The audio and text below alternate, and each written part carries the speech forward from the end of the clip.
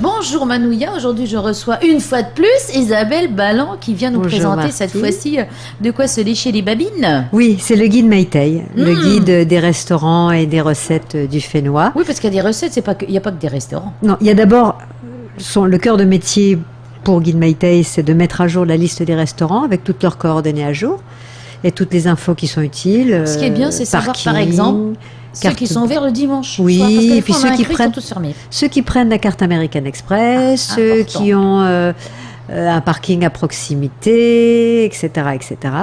Après, on donne des indications du type de cuisine, mais ça reste assez succinct parce que les cartes aussi, elles évoluent dans certains restaurants.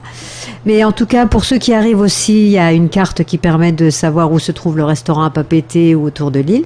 Ah, ça aide. Ça aide, bah, surtout pour les nouveaux arrivants. Hein, Oui, parce que ce matin, par exemple, j'étais à la Maison de la Culture, tu en avais un qui cherchait le salon du tourisme, enfin l'office du tourisme. Ah, il est encore un petit peu loin. Voilà. Encore un petit peu Donc loin. c'est vrai que les plans, il n'y en a pas partout en ville. Ben, c'est quand même important parce qu'une fois que tu en as un, ben, tu peux te repérer et puis et là c'est un argument de poids pour un restaurant parce que en fait quand on est en ville et par exemple quand on est dans les abords du marché, c'est toujours intéressant de savoir qu'on peut aller manger là et là, que là on trouvera la cuisine polynésienne, là ce sera plutôt française. Bon, nous on donne pas d'indication de prix, hein. Voilà, donc, ni les prix, ni savoir si c'est bon ou pas. Chacun... Vous n'êtes pas des Non, on n'est pas des critiques parce que d'abord ici c'est un trop petit pays, on veut pas se mettre les gens à dos. Puis chacun, c'est très subjectif. Oui, donc c'est pas la peine de te faire un petit chèque pour dire. Non, par contre on peut m'inviter, je veux bien tester la carte, il n'y a aucun souci. Moi, je t'accompagne. Mais après, dans un souci d'équité, je vais pas m'amuser à dire qu'à tel endroit j'ai bien mangé ça et qu'ailleurs c'était un peu léger. Donc dans tous les cas, voilà, c'est à vous de vous faire votre voilà, opinion. Et puis bon, de toute façon, le bouche à oreille. Exactement, ça fonctionne bien. Et après, il faut donner leur chance aux petits nouveaux, à ceux qui renouvellent leur carte, à ceux qui prennent des vrais risques, qui essayent de renouveler un petit peu l'offre sur le Fénois. Oui, parce que je vois là, il y a des petits nouveaux qui se lancent dans le vegan, le végétarien. Oui, et puis il y a aussi tous les restaurants qui ont un petit peu un marché de niche, qui font par exemple tout ce qui est steakhouse. Il y en a d'autres qui sont spécialisés dans la cuisine du sud-ouest. Bon, ça c'est pas des nouvelles adresses, mais c'est vrai que c'est bien de savoir qu'à certains endroits on s'est un peu spécialisé, parce que si c'est pour aller au restaurant et de retrouver uniquement le steak frites, des recettes assez ordinaires, c'est peut-être pas la peine d'aller dans un restaurant. D'ailleurs, je signale qu'il n'y a pas vraiment les snacks, c'est plutôt les restaurants. D'ailleurs, des endroits où il y a une salle, où on s'installe, où on est à table, où on est servi. Les snacks, c'est pas la peine de... Non, parce que déjà il y a un grand nombre de snacks et c'était pas l'objet. C'est pas l'objet du guide. Voilà, on s'est limité au restaurant à Tahiti. Parce qu'il y a des restaurants dans les îles, mais là c'est difficile de faire tout. Puis là je vois il y a des petites recettes rigolotes, un pot de crème au thé Earl Grey. Oui, alors parce que on a des produits comme ça qui font partie de notre épicerie. Et des recettes qu'on a envie aussi un petit peu de réinventer, des choses peut-être qu'on fait par habitude, qu'on fait par exemple toujours à la vanille. C'est une bonne idée ça. Pourquoi pas utiliser un sachet de thé qu'on a forcément dans nos placards et puis renouveler un petit peu les recettes. À la limite, on peut prendre du thé aux fruits rouges, du thé... Tout à fait.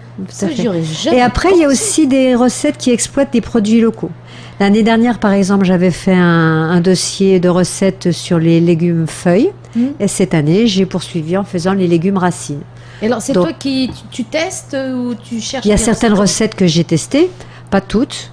Mais en général, j'essaie de prendre des recettes qui ne sont pas trop compliquées à faire déjà, parce qu'on n'a pas forcément toujours le temps de faire. Et puis des recettes qui correspondent en général à peu près à ce qui fait envie ici.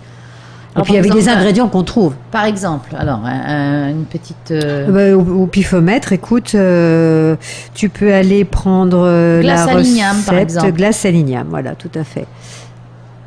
Tu vas trouver une recette assez sympathique. Et ça permet aussi de surprendre les papilles, parce que souvent on a les ingrédients, mais on les fait toujours de la même manière. Oui, parce que je vois que là, hop, on le fait avec un pot-au-feu. Un pot-au-feu avec de l'igname, on n'aurait pas pensé forcément. On peut faire un couscous aussi avec des légumes racines. Il y a plein de déclinaisons possibles. Et après, il y a aussi des recettes qui ne sont pas d'ici, qu'on peut aussi interpréter localement. Par exemple, on peut faire une carbonade de bœuf supposée flamande. On peut l'adapter avec une bière qui sera brassée ici, par exemple, parce qu'en fait, la carbonate de bœuf, c'est avec une bière ambrée. Maintenant, il y a une brasserie célèbre de la place qui fait une bière ambrée qu'on ne nommera pas. Tout le monde a compris que c'était qui. Voilà. Et avec cette fameuse bière ambrée du Fénois, on peut faire cette carbonate de bœuf.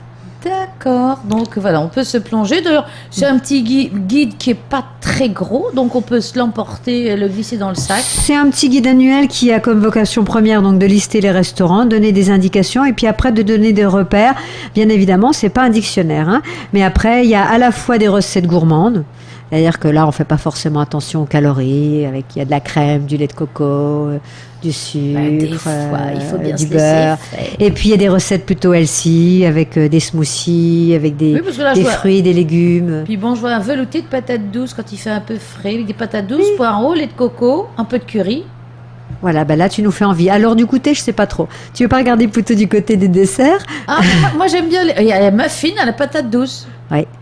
Voilà. Ça, c'est excellent. Oui, mais moi je suis plus salée que sucrée, donc. En fait, tu as un sommaire. Je suis pas très douée moi pour les gâteaux, donc. Je sais pas si tu as vu, il y a un sommaire parce que ce qu'il y a d'important aussi dans un guide, c'est de s'y retrouver. Et ben voilà. Donc en fait, on a un sommaire général et ensuite on a un sommaire des recettes. Le sommaire des recettes, il est donc en page 40-41 et on a fait la différence entre les recettes salées et sucrées parce qu'effectivement, il y a des gens qui sont plus sensibles à certaines saveurs qu'à d'autres. Et puisque tu parlais de dessert, je suis aussi parfois allée m'inspirer de recettes ailleurs, qui viennent d'autres pays. Et par exemple, j'ai trouvé un dessert cambodgien au tubercule, qui est un petit peu plus long à faire, mais qui combine différents légumes racines, qui m'a semblé intéressant au niveau des saveurs. Igname, patate douce, courge verte, voilà, et banane. C'est à peu près tout ce qu'on trouve chez nous. Donc je pense qu'il y a moyen de surprendre les papilles de nos amis, de nos familles, de nos enfants. Mais ça m'a l'air très bon tout ça. Donc oui, c'est un peu long. Et ça fait un peu genre crumble avec un peu de tout, non? Ben, je ne l'ai pas testé, mais en photo... Épluchez la patate douce et faites-lui subir le même sort. C'est grave. Je suppose qu'on les a coupés en petits dés.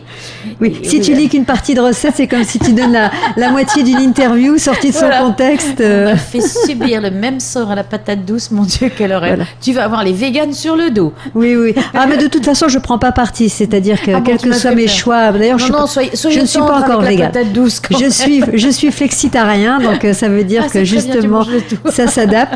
Mais je voulais aussi souligner qu'on essaie de mettre en valeur les produits locaux, aussi les produits transformés, et qu'on a évidemment parlé du premier rhum polynésien, qui est un rhum d'exception d'après les experts de tous les pays.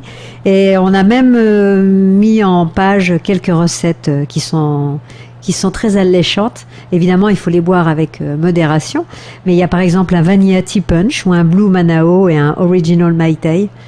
C'est des recettes qui iraient tout à fait bien un vendredi. Avec le dessert cambodgien. Peut-être. Alors là, je sais pas. Moi, je sais pas, le punch, je le boirais plutôt à l'apéritif, pas forcément avec un dessert.